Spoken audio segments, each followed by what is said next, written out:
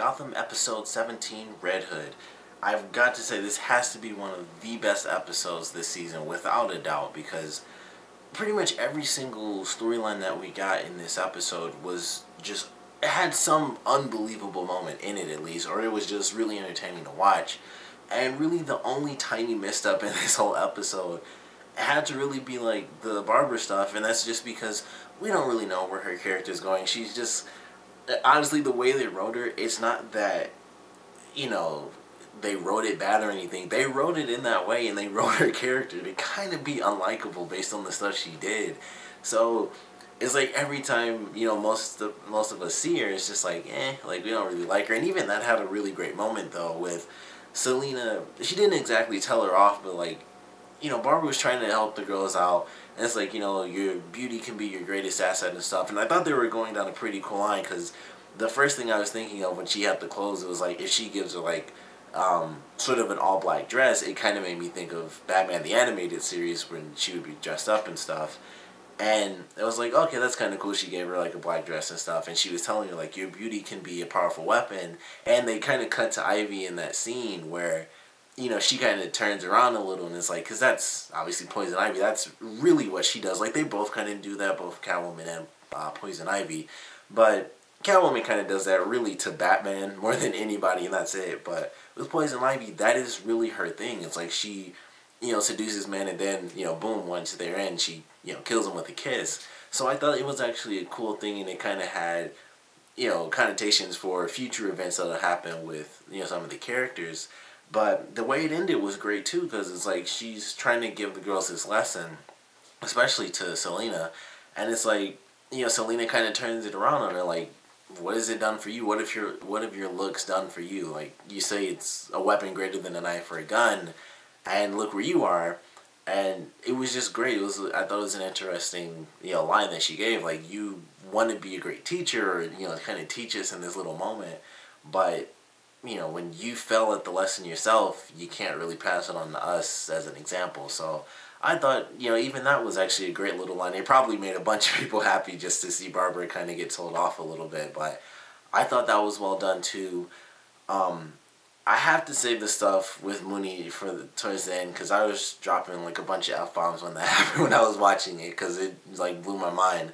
So I'm going to save that for the end, but the Penguin stuff was really good, and that brought up a ton of questions, because we got Butch back in the last episode, and it seemed like Zsasz had done some work on him. There's even a V in his head, which I didn't notice before, but he has a V for Victor in his head, because Victor worked on him. It's like, I did some good work, and it's basically his signature. And in this episode, I could not figure out what was going on with Butch. It's like, I know Zsasz did some work on him, but it's like, in one regard, he worked on him to kind of make him loyal to Penguin. But in another regard, it's kind of like he did something to him that brought out his inner thoughts. And it was like, he's not just like, oh, I'm super loyal to Penguin now. It's like he disses Mooney. And I wouldn't, you wouldn't think there would be any real reason for that. So it's kind of like he brought out a different side of him, but he didn't, it was like, it's half and half. It's like half mind control, sort of. And then it's half, Butch himself, like what he was thinking, but he didn't bother to say because he was loyal to Mooney. So it was really interesting. I'm like, the dialogue he says, and especially the way he acts with Penguin, it's like he's under this weird sort of pseudo mind control, but at the same time he does weird stuff, like what he did in this episode when he could have easily told Penguin, like, I'm going to call these cops and help you out. But instead, he waits till they get there, and he calls the cops and stuff, and then he, like, jumps on the car and freaks everybody out. And, like, the line he said after he did that, and Penguin had nothing to say, is like, you're welcome, Oswald. And then he, like, laughs and walks off, and it's like, it's really weird to see that.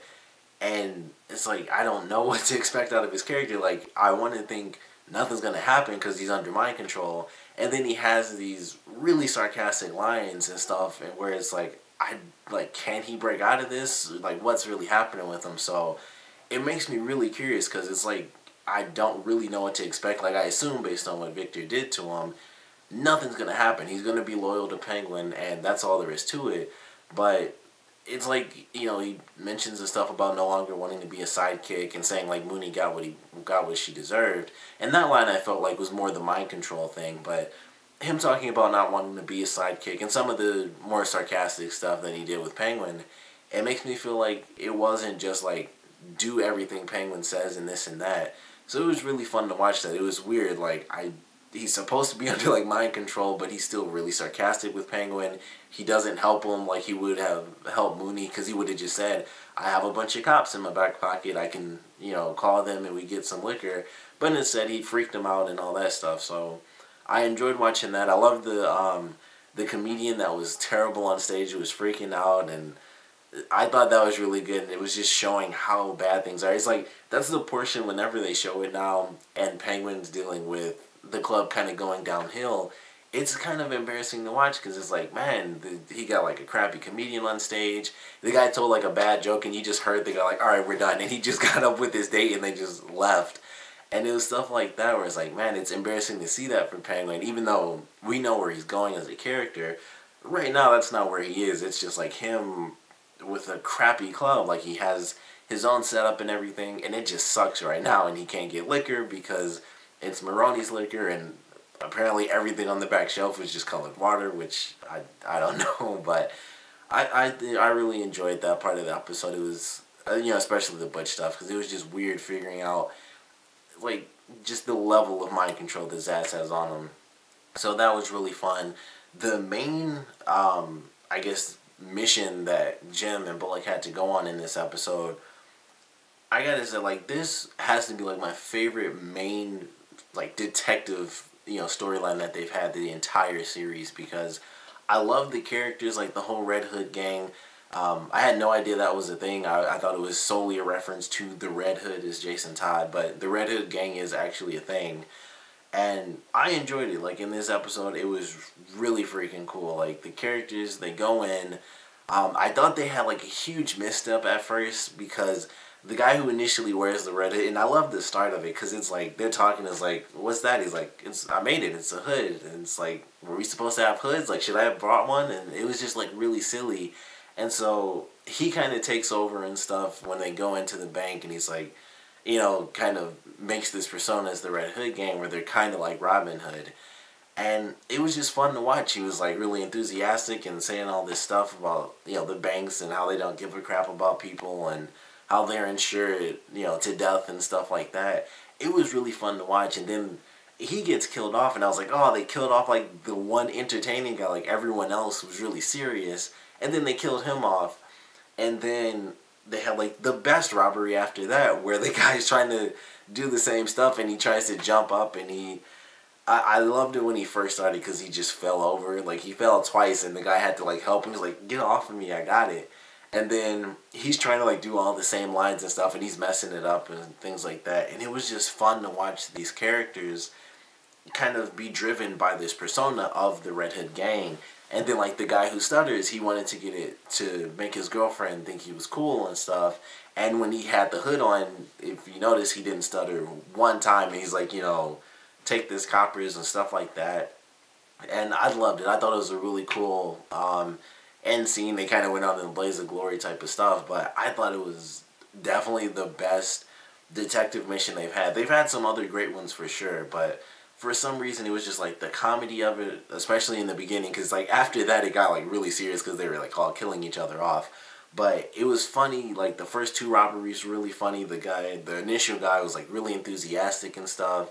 Then he gets killed off, and then the second guy gets busted, and then that kind of leads them to the rest of the gang. But he gets killed off before they even go to the next mission and stuff like that. And I just really enjoyed it. It was really fun to watch these characters. And of course, that persona kind of continues on when this kid picks up the hood at the end, which made the GCPD look like horrible cops, when it's just like, they have like, it was, if I saw it right, there's like a dead body in the background, and he had the white sheet on him, and the cops were walking and pointing, and then there's just like the actual Red Hood, which is also in a place where it was different when Jim left, but that's like a continuity crap, that doesn't matter.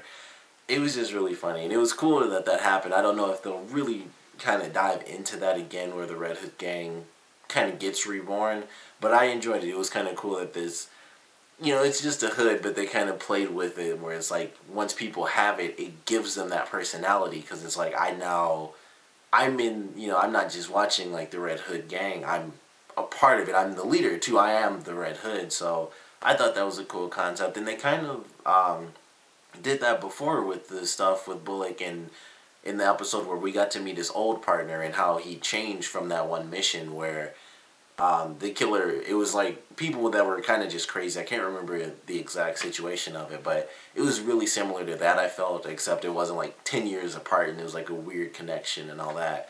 But it was definitely fun. I really loved that. And then, of course, the Mooney stuff, like, you know, I was really excited for that. I was like, I don't know what's going to happen. And we don't meet the doctor. He was in the preview, so we'll meet him in the next episode. But we meet, like, his, you know, second in command, who, as soon as he opened his mouth, and this will be super nerdy to mention, but as soon as he opened his mouth, I was like, that's the guy that played Ratchet in Transformers Prime. So that was super cool to me, because I never knew what that guy looked like. And it was like, oh, that's him, and now he's, like, a villain. But the stuff with Mooney was really cool. It was like she talks to the guy and she's like, you know, no one's going to die unless I say they will. And so, you know, you tell that to him and then we'll talk when he gets back. And it seemed real simple. Like, all right, we're going to talk. They're going to have a little conversation. She's going to, you know, do her thing. Like, she's going to do what Mooney does. And then it went to, like, a whole different level when that guy was going to take her eyes. And I swear, I thought she was going to grab the spoon. When she did that, I figured, oh, she's just going to flip it upside down and, like, you know, try to hit him as hard as she can with the bottom of the spoon. I didn't think she was going to dig her own eye out. And, like I said, I was just like, what the fuck? Like, I was honestly just like, oh my god, like, she just, like, skyrocketed as, like, a cool character in that scene. And I loved the character to begin with. She stays really, stoic, like, in crappy situations. Even in that scene, she knew she was surrounded by, like, 3 fully grown men, 2 of which were younger men, so, like, they could easily have taken her, and they had the straitjacket and stuff. And it was like, you could tell she was nervous, and she didn't know 100% what to do, and I'm like, okay, she's gonna find some way out of this, but I don't know how.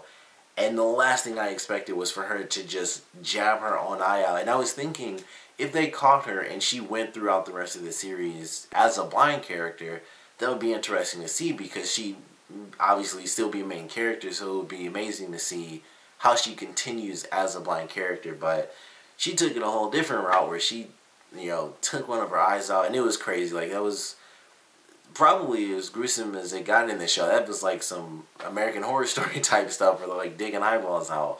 But I loved it. It was a crazy scene, and of course she passed out, because you can't just pop an eyeball out and then just keep on walking. And she, you know, stumps the eye and stuff, and the guy freaks out. Like, you know, obviously they can't sell her eyes anymore. It's just one eye. But that was just an unbelievable scene. That was the last thing I would have expected. So, you know, once again, she kind of stole the show for me, because it was like, the past couple of episodes have solely been like, I love everything that's happening, but the thing that makes me most curious is always what's going to happen with Fish. And, you know, this one I'm not as curious about next week, and that's probably because this one just had, like, such a huge shock. So it was, like, such insane shock value for that, you know, that one scene alone. But, you know, I'm obviously still curious, like, what the heck is she going to do now, because the guy isn't going to take her other eye, because they can't sell them as a pair. I doubt they'll take any other limbs, which we saw when she was walking up, which was also a fairly interesting scene in the beginning of this episode too.